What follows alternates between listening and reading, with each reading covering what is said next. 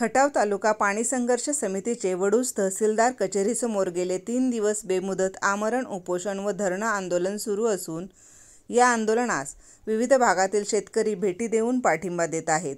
खटाव तालुका पाणी संघर्ष समितीच्या आंदोलनाच्या धसक्याने उरमोडी आणि तारळीचे पाणी सोडण्यात आले असून खटाव समितीच्या आंदोलनाला 60% यश मिळाल्याची चर्चा आहे। हे पाणी संपूर्ण लाभक्षेत्रात पोहोचवण्याची अधिकाऱ्यांनी संघर्ष समितीच्या सदस्यांना ग्वाही दिली असली तरीही लेखी दिल्याशिवाय हे आंदोलन मागे घेणार नसल्याचं समितीच्या वतीने सांगण्यात आलं।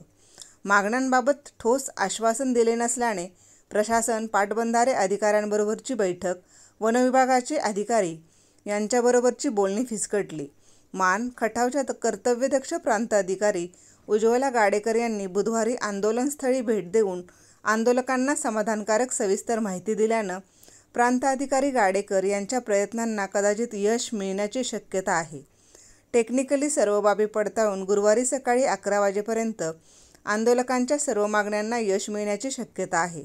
दरम्यान आंदोलकांच्या विविध मागण्यांना बहुतांश यश मिळालं असून प्रशासनाने ठोस लेखी आश्वासन देऊन तहानलेल्या जनतेचा त्वरित विचार करावा आणि भविष्यात येणाऱ्या अडचणीपासून जनतेचा मार्ग मोकळा करावा, असं मत राष्ट्रीय काँग्रेस नेते रणजितसिंह देशमुख यांनी लोकराष्ट्र न्यूजशी बोलताना व्यक्त केलं आहे। सर्वपक्षीय नेत्यांनी या आंदोलनामध्ये उपस्थिती दाखवून पाणी संघर्ष समितीच्या भूमिकेला पाठिंबा दिला आहे। डॉक्टर विनोद खाडे, लोकराष्ट्र न्यूज, सातारा।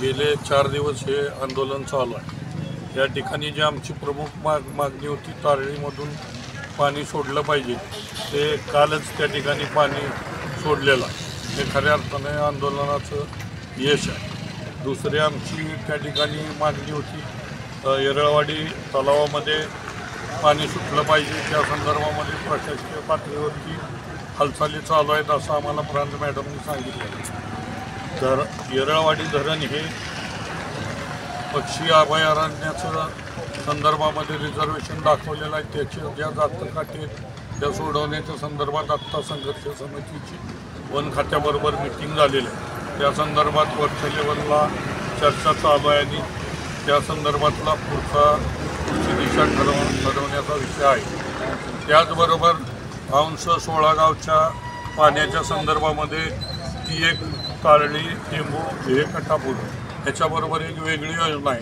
ती योजना या ठिकाणी कार्यान्वित होण्याच्या दृष्टीने सकारात्मक चर्चा झालेली आहे।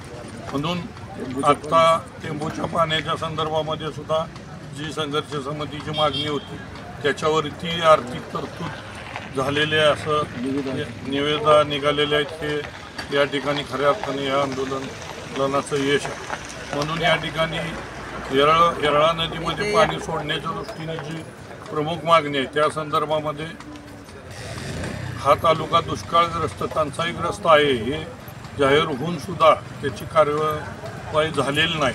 त्या संदर्भात आत्ताच प्रांत मॅडम यांनी या ठिकाणी भेट देऊन सकारात्मकता दाखवलेली आहे। निश्चित त्यांनी लेखी स्वरूपामध्ये जी संघर्ष कमिटी आहे त्यांच्याबरोबर या ठिकाणी चर्चा करून त्यांचा काय लेखी स्वरूपात येते त्याच्यावरतीच आंदोलन पुढची दिशा ठरणार आहे। आणि खऱ्या अर्थाने खटाव तालुक्यातील सर्वसामान्य शेतकऱ्यांचं हे आंदोलन आहे आणि त्याची दिशा ही भविष्यामध्ये अजून वाढत जाणार आहे। संघर्ष समितीच्या वतीने खटाव तालुक्यातील जलसिंचन असो, पिण्याच्या पाण्याची योजना असो, या विविध पाणी प्रश्नांसंदर्भात गेल्या सोमवारपासून उपोषण व धरणे आंदोलन चालू होते। या समितीच्या वतीनं ज्या काही मागण्या मान्य केल्या आहेत त्यातील काही अंशी शासनाने, प्रशासनाने मागण्या पूर्ण केलेल्या आहेत। त्याचबरोबर सगळ्यात महत्त्वाची म्हणजे या आंदोलनाच्या मुळे उद्या महाराष्ट्र शासन आणि कृष्णा खोरे जलसंपदा विभागाच्या वतीने जी पाणी वाटप समितीची बैठक आहे ती उद्या मुंबई येथे मंत्रालयात बोलवण्यात आलेली आहे।